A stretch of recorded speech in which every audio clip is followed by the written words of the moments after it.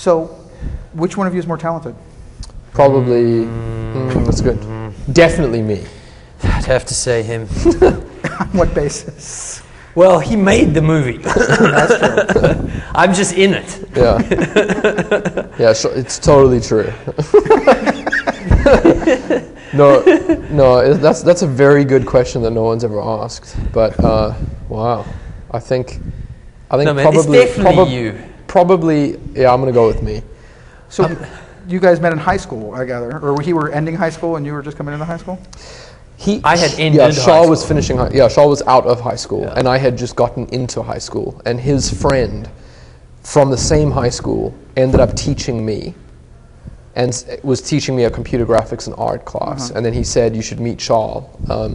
He's doing some really interesting stuff." And I was just a young kid that was in high school, you know, that was exposed to these guys who were making stuff that was much cooler and sort of beyond anything I was capable of doing. So I got to hang out with them.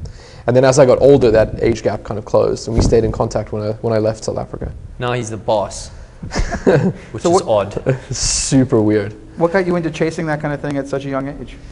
Well, I mean, I just loved movies. I loved from when I was growing up. So I actually, when I was like 11, I started making little films and being in my own stuff. Not Super with 8 CG, or? like Neil had made. It was actually Betamax, the home version of Beta. Remember Betamax? It was out. My parents had a Betamax camera. It was like one of the first video cameras you could get. And that's what I used to do a lot of performing myself and put my friends on camera and do little comedy sketches and little action sequences and stuff throughout my school life, basically. How did you edit Betamax as a 18-year-old? From VCR to VCR.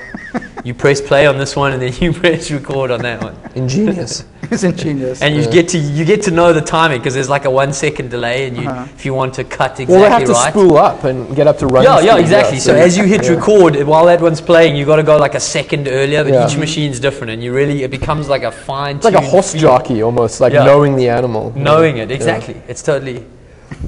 So as you moved along, did you go to Super 8 or did you go to 16? Or did you go to Me, no. I've always been video. I mean, eventually I got to shoot stuff on 35, but even did very very little 35. Like digital has always been. I guess grew up in that generation. So was video far enough along for you to do stuff that was more complicated, or were you still going machine to machine? By the time I was in Canada, you were doing stuff that was. Oh yeah. Video started looking cameras. like film.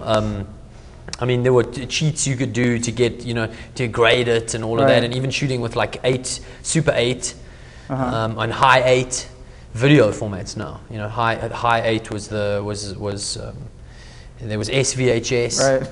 There were so many formats. Yeah. It was kind of brutal. And then you went to Canada. You followed him. What happened to go to Canada, or? No, I went to Canada. He went to Canada. Canada's not Shaw's thing. Yeah, Shaw stayed in South Africa. So I was like in my relationship with knowing him and a few other guys who were in that group. I left South Africa at the end of high school and moved to Canada because my family moved. And in the decade that I was away, he was one of the South African friends that I stayed in contact with. And then we ended up with District 9 at the end, 12 years later, yeah. So what was the original impetus for this idea? Well, it was, it's as simple as that I'm a science fiction maniac. Like I love science fiction, and I love design and, visual effects and sort of the technical side of filmmaking. And I used to work as a visual effects artist, so I had the ability to put visual effects into crazy pieces that I was making. And I'm also interested in the kind of socio-political stuff that goes along with places like South Africa or, any country really that deals with multiple races sort of meeting one another. And so I came up with this idea to put aliens into Johannesburg and do the visual effects myself as a short film while I was directing commercials. And that's where it came from. So that was, 2005. So you had started a career directing commercials? Yeah, I was directing music videos for a few years and then commercials for a few years before. So was that the way in at that point for you? Is that where you kind of like saw as their opportunity? No, I wouldn't describe it as that. I knew that any shorts that I did, if they were creative, would help solidify me as a feature film director eventually. But it was never as cold and clinical as that. It's more that I'm doing commercials and I don't feel like I'm being creative enough. So now but in this break between two commercials, I'm going to do something really creative that is my own, that I have to find the money for somehow. So how did you start to find the money for that? Normally I didn't. Normally it was my own cash, or it just didn't cost anything.